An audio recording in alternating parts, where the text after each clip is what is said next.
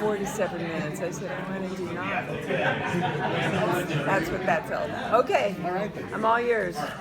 So tell us why you're excited to be in Critters again. I like to work. Honest answer.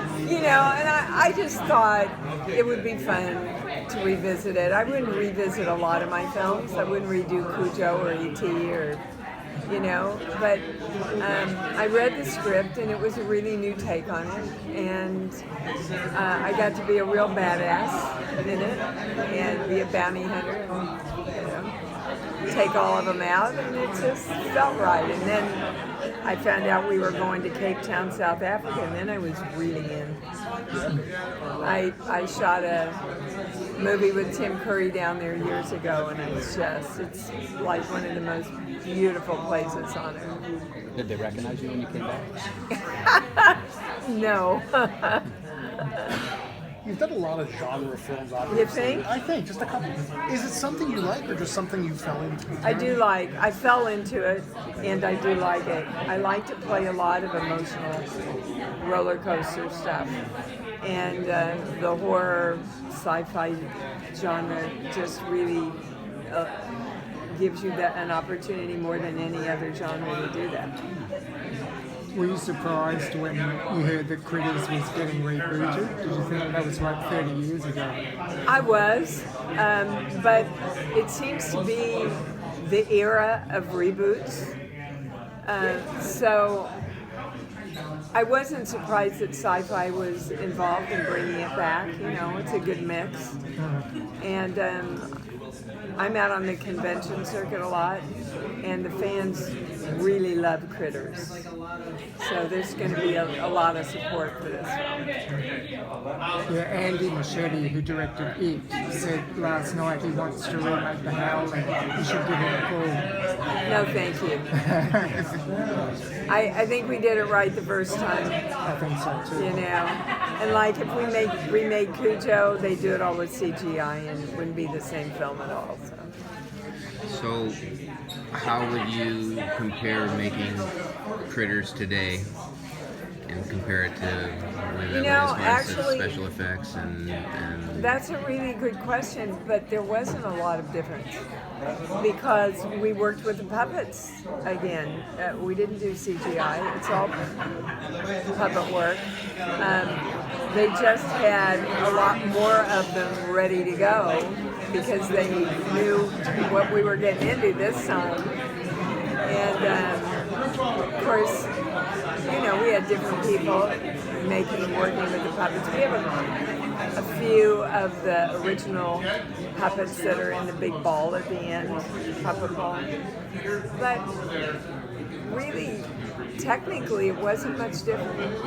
What are your thoughts on practical effects versus CGI? Because you worked in a lot of films over your career with practical makeup effects, The Howling and Critters, and nowadays a lot of effects are CGI. As a person who worked in the industry for so long, what are your thoughts on that change? You know, I think there's room for both. For example, The Lion King, unbelievably amazing CGI work in that movie. But I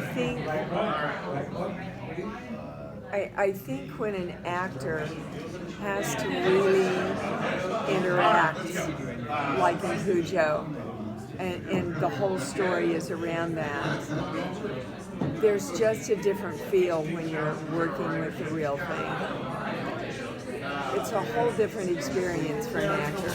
And our job is to be as involved and as truthful in the moment as we can be.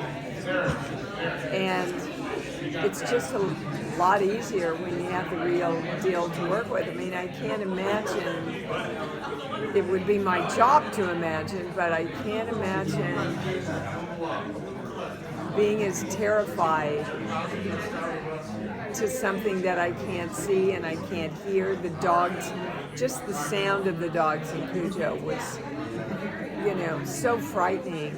And Danny, the little boy, was so easy for him to react to that, you know. So I think there's room for both, and it depends on what kind of a genre film it is, whether you want to use it. You mentioned that you do the convention circuit. What is that like, to be traveling convention to convention, meeting different fans? Well, I don't travel I do about 5 a year, 5 big ones. All right. But I love it. I love doing the conventions. I see product that I've never seen, and I've been doing this for 40 years. So, and I hear stories, amazing stories of how my films have affected people's lives and changed lives. And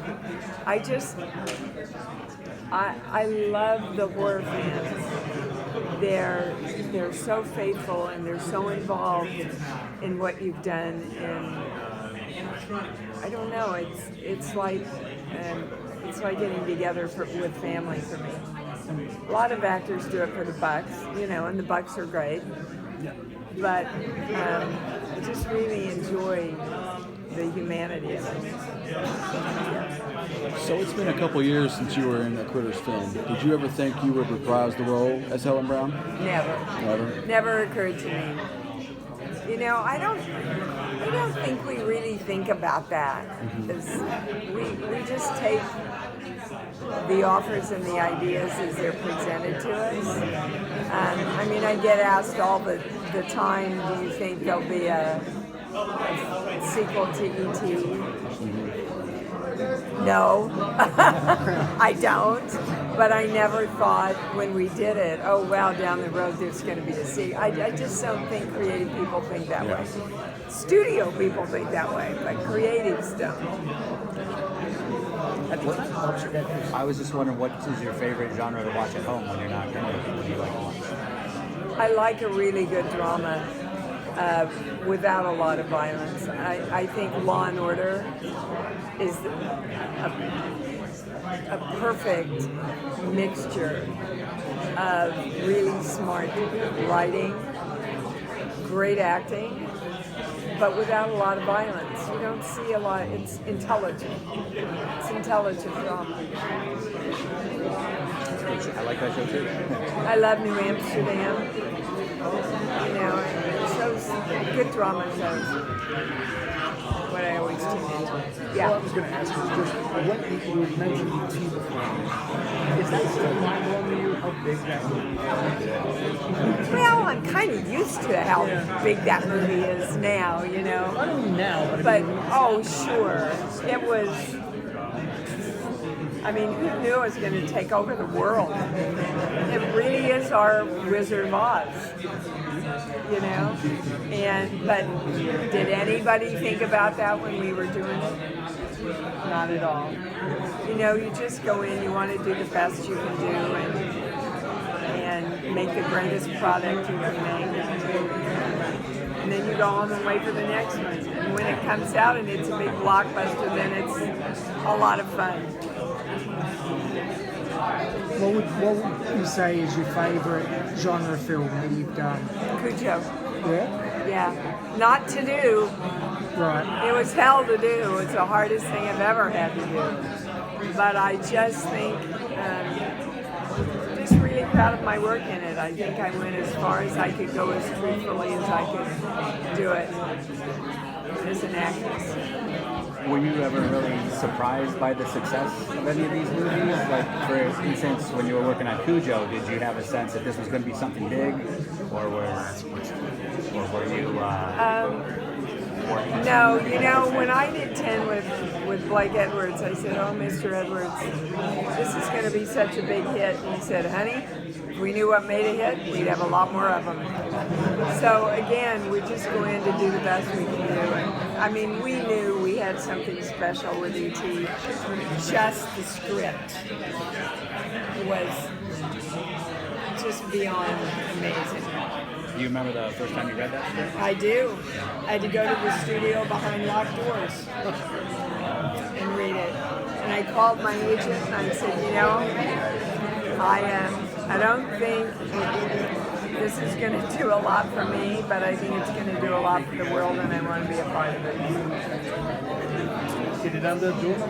No. What, darling? Did the success end up doing it? Questions are over. Dee has Okay. to come to another table. Yep.